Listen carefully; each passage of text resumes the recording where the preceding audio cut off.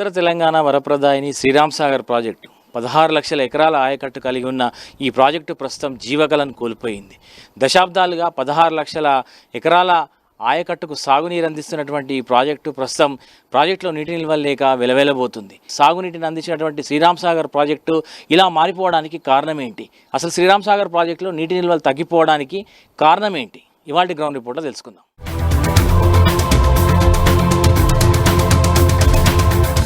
నిజామాబాద్ జిల్లా మెంటోర మండలం పోచంపాడు వద్ద గల శ్రీరామ్ సాగర్ ప్రాజెక్టు గత 7 దశాబ్దాలుగా ఉమ్మడి నిజామాబాద్, ఆదిలాబాద్, కరీంనగర్, వరంగల్, ఖమ్మం ఉమ్మడి జిల్లాల ప్రజల అవసరాలు తీరుస్తోంది. ప్రాజెక్టు కింద 16 లక్షల ఎకరాల ఆయకట్టు ఉంది. వందలాది గ్రామాలకు నీరందుతుంది. గత కొన్నేళ్లుగా ప్రాజెక్టు పూర్తిగా నిండుకుని 2 పంటలకు సాగునీరందించింది. అయితే ఈ సంవత్సరం ఆగస్టు 2వ వారం కొనసాగుతున్న ఎస్ఆర్ఎస్పీలో సగం నీరు కూడా లేదు. 80 టీఎంసీల నీటి నిల్వుండే ఎస్ఆర్ఎస్పీలో ప్రస్తుతం 38 టీఎంసీల నీరుందంటే పరిస్థితి అంచనా వేయొచ్చు. ఎస్ఆర్ఎస్పీ పూర్తి స్థాయి నీటి మట్టం 1091 అడుగులు కాగా ప్రస్తుతం 1069 అడుగుల నీరుంది. 80 టీఎంసీల కెపాసిటీకి గాను ప్రస్తుతం 38 టీఎంసీలుగా ఉంది.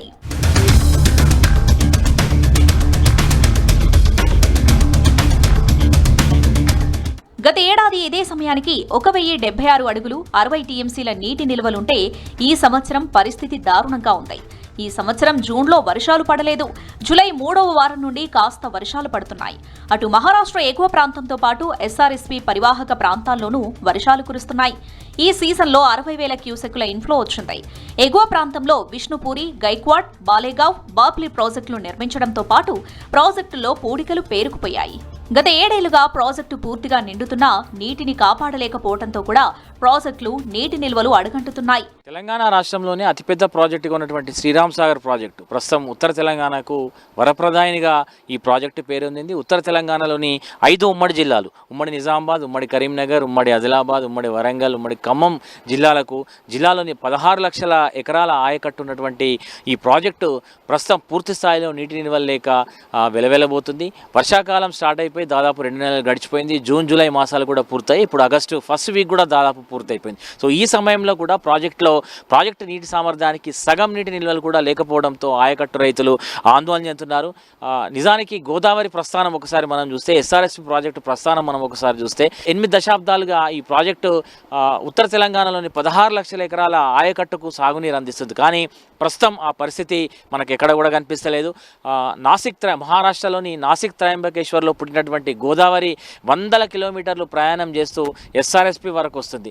సుదూరం ప్రయాణం చేసేటువంటి గోదావరి మనం ఒకసారి చూడొచ్చు. మన ఎస్ఆర్ఎస్పీ ప్రాజెక్టు వద్ద ఉన్నాం. సో నాసిక్ త్రయంబకేశ్వర్లో పుట్టినటువంటి గోదావరి 100 కిలోమీటర్లు దాటుతూ ఎస్ఆర్ఎస్పీ ప్రాజెక్టు వరకు వస్తుంది. అయితే ఈ ప్రాజెక్టు నిర్మాణం జరిగినప్పుడు ఒక ఎస్ఆర్ఎస్పీ ప్రాజెక్టు మాత్రమే ఈ ప్రాంతం అంటే గోదావరి పైన ఉన్నటువంటి ప్రాజెక్టుగా పేరుంది. కానీ తర్వాత కాలంలో మహారాష్ట్ర ప్రాంతంలోనూ ఎస్ఆర్ఎస్పీ ప్రాజెక్టు పైన భాగంలో చాలా ప్రాజెక్టులు నిర్మించబడ్డాయి.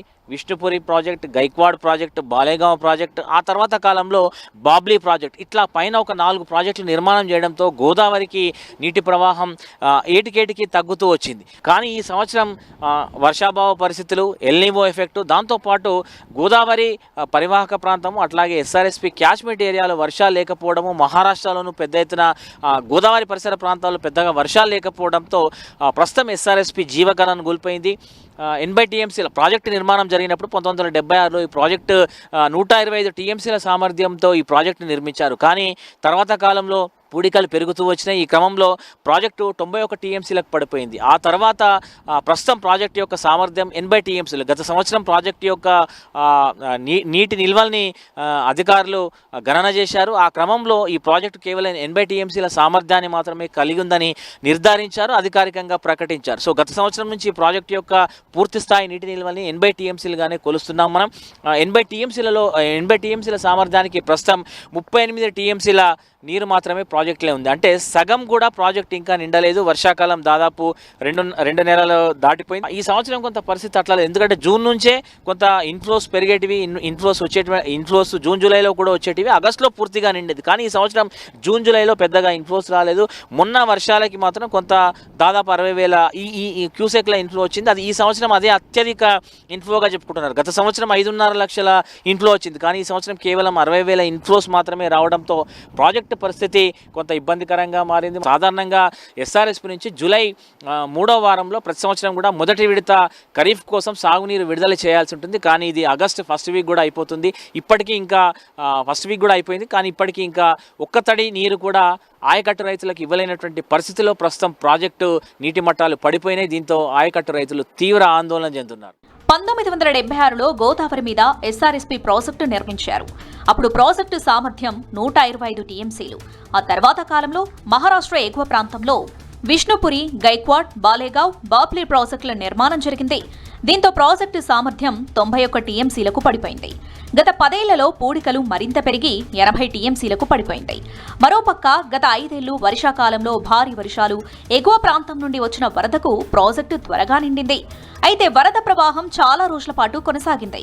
ఒక దశలో ప్రతిరోజు 5 లక్షల క్యూసెక్ల ఇన్ఫ్లో వచ్చింది. దీంతో ప్రాజెక్టు రక్షణ కోసం నీటిని ఎక్కువ రోజులు వదిలారు. కింద ఉన్న ఎల్లంపల్లి, ఎల్ఎండి, మిడ్ మానేరులకు నీరును రోజుల తరబడి వదిలారు.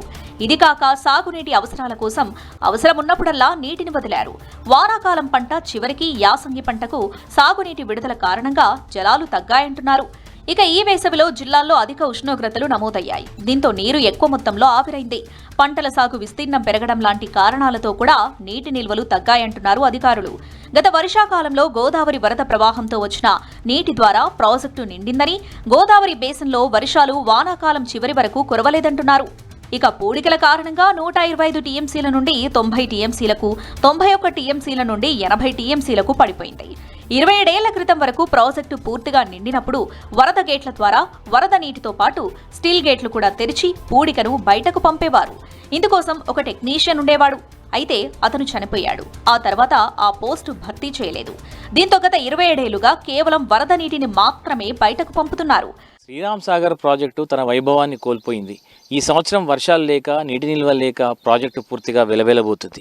నాసిక్ త్రయంబకేశ్వర్లో పుట్టినటువంటి గోదావరి 100 కిలోమీటర్లు దాటుతూ ఎస్ఆర్ఎస్పీ వద్దకు వస్తుంది. శ్రీరామ్ సాగర్ ప్రాజెక్టు వస్తుంది. శ్రీరామ్ సాగర్ ప్రాజెక్టు ఈ ప్రాంతంలో రాముడు వనవాసం చేసినటువంటి సమయంలో శివలింగాన్ని ప్రతిష్ఠించాడని ఒక చరిత్ర ఉంది, ఒక కథ ఉంది.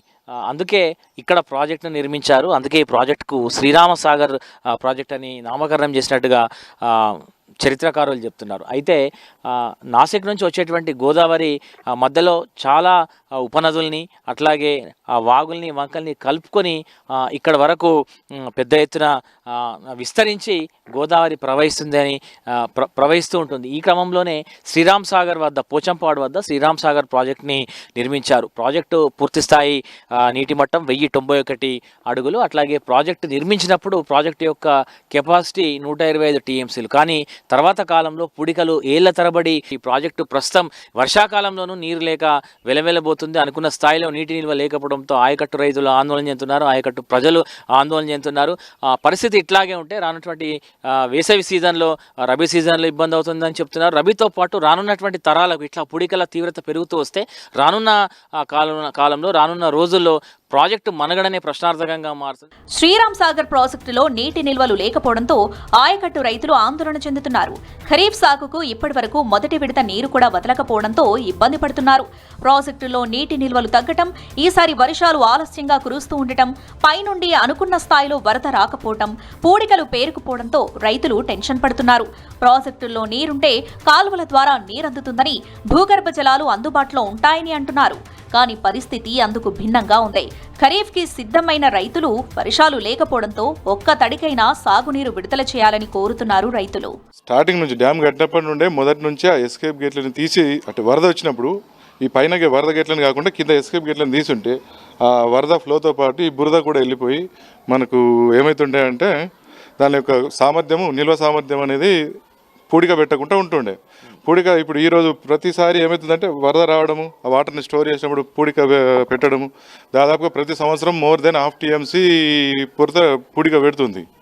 సో ఆ వరద వచ్చినప్పుడు ఈ ఎస్కేప్ గేట్లను మొదటి నుంచి ఇన్ ద సెన్స్ 1980-85 ఆ టైం నుంచి ఆ వరద గేట్లను లేపుంటే ఈరోజు అంత పూడిక ఉండేది కాదు.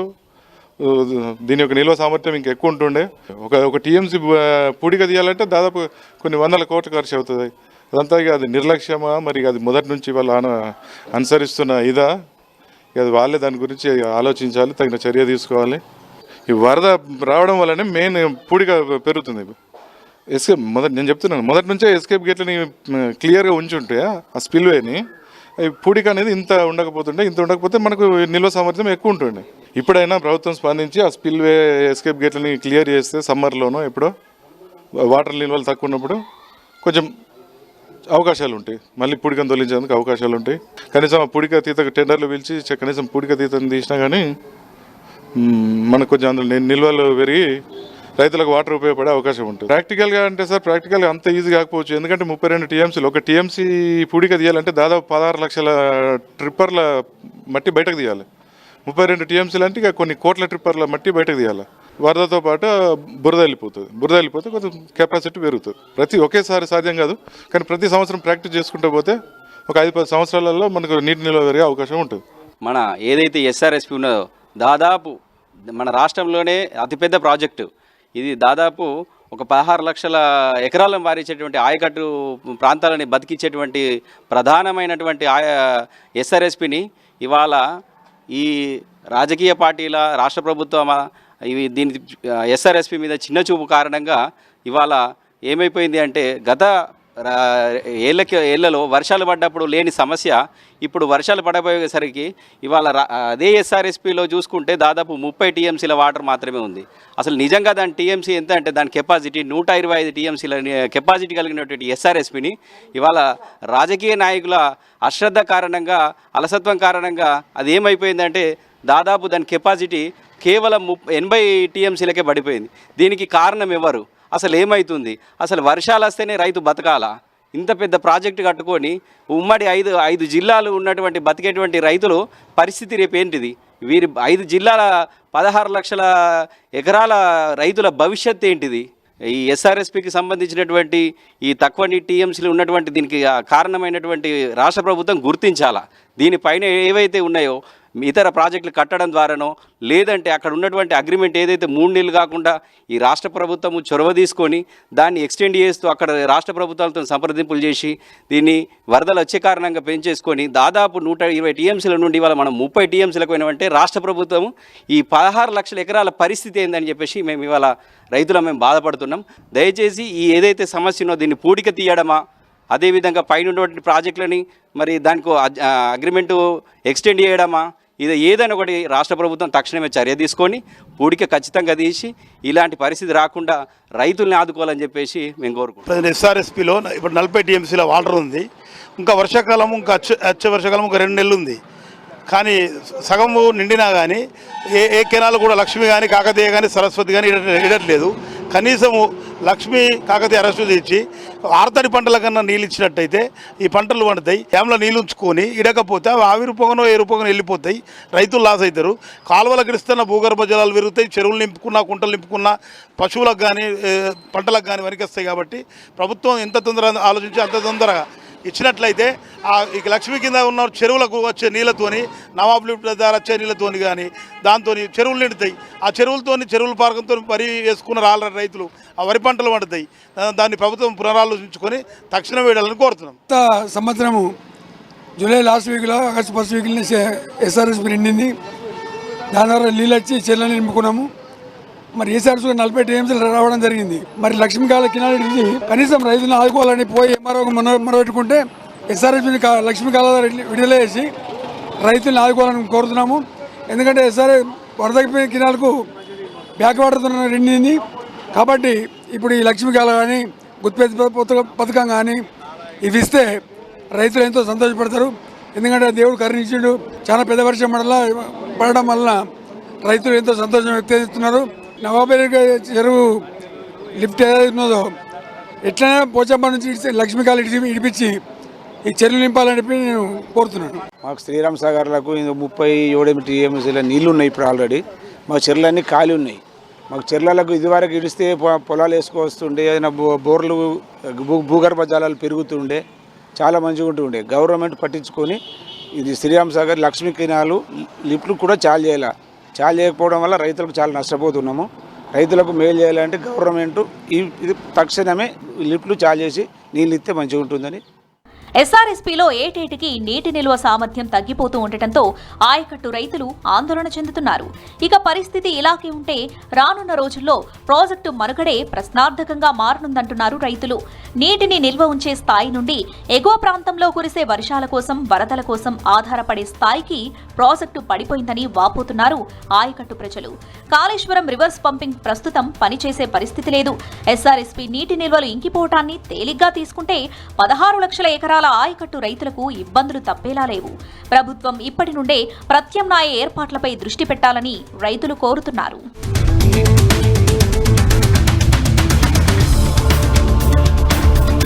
సో ఇకనైనా ప్రాజెక్టులో నీటి నిల్వలు పెంచే ప్రయత్నం ప్రభుత్వాలు చేయాలి, కేంద్ర రాష్ట్ర ప్రభుత్వాలు చేయాలన్నటువంటి డిమాండ్ను ఆయకట్టు ప్రాంత రైతులు అట్లాగే ప్రజలు వినిపిస్తున్నటువంటి ఒక నేపథ్యం అయితే కనిపిస్తుంది. ఇది ఓవరాల్గా ఎస్ఆర్ఎస్పీ ప్రాజెక్టులో పూడికలు పేరుకుపోవడానికి, ఎస్ఆర్ఎస్పీ ప్రాజెక్టులో నీటి నిల్వలు లేకపోవడానికి గల కారణాలపై ఇవాళ గ్రౌండ్ రిపోర్ట్. కెమెరా పర్సన్ రాజేష్తో Rajinikanth, V6 news, SRSP project నుంచి.